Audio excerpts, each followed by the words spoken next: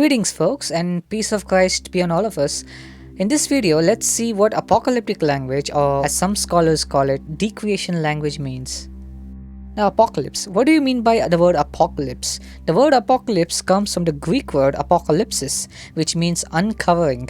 It's a derivative of the word apocalyptin, to take the cover off, or just it means removing the veil or removing the curtains to see what's going on behind.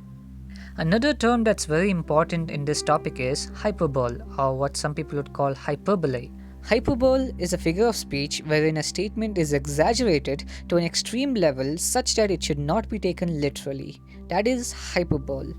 Some examples are: this is a groundbreaking news. 9/11 is an earth-shattering event. These tests are killing me. I could eat the whole table. I could bring the moon to you. The dam opened in our eyes. Team A utterly destroyed Team B. Now obviously, as we all know, the news literally didn't break the ground, but instead this term is used to show the emphasis on how important the news is. Similarly, the tests are not literally killing anybody, but it's just to express that the tests are really annoying. Again, in the last example, Team A didn't literally wipe Team B out of existence. Instead, they defeated Team B so badly that it's expressed in such a way. This is called hyperbolic language. Now, what is this apocalyptic language or decreation language? When a biblical author or prophet describes a terrible, destructive, earth-shattering event in a supernatural terms, or as if the whole region is going through decreation, or as if God himself is coming down and causing the destruction, or all of the above.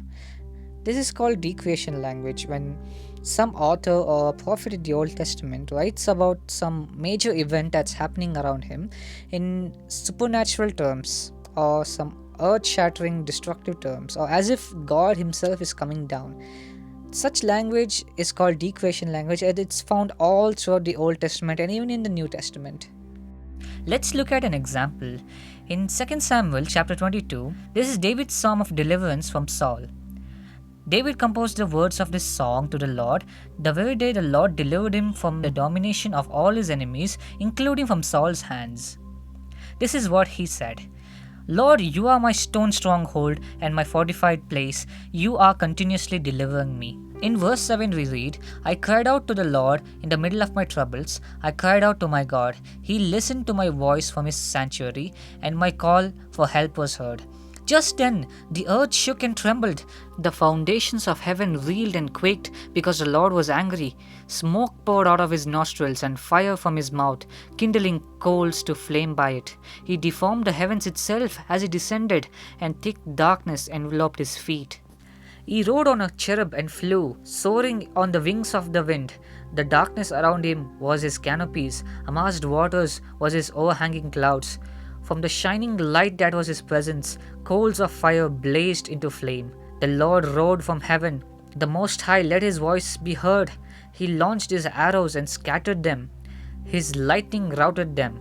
The currents of the sea were revealed, and the foundations of the world were exposed at the rebuke of the Lord and at the blazing breath from his nostrils. Now, when we see the historical accounts of David, God didn't literally come down and destroy the whole world while saving David. But David writes this psalm in such an apocalyptic language, as if the whole world is gonna get destroyed, to emphasize the greatness of the act of deliverance that the Lord had saved him. Now, the next example that we are gonna see is Isaiah chapter 64, verses 1 to 4. This is Isaiah's prayer to God to intervene as he did before. Isaiah writes, If only you could tear open the heavens and come down, so that the mountains would quake at your presence. Just as fire sets twigs ablaze, and the fire causes water to boil, to make known your name to your enemies, yes, to your enemies before you, so that the nations might quake at your presence. When you did awesome things that we expected, you came down, and the mountains shuddered before you.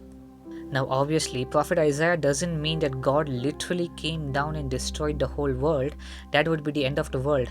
Instead, Isaiah is talking about how God judged a nation by another nation, with the heavy use of apocalyptic language.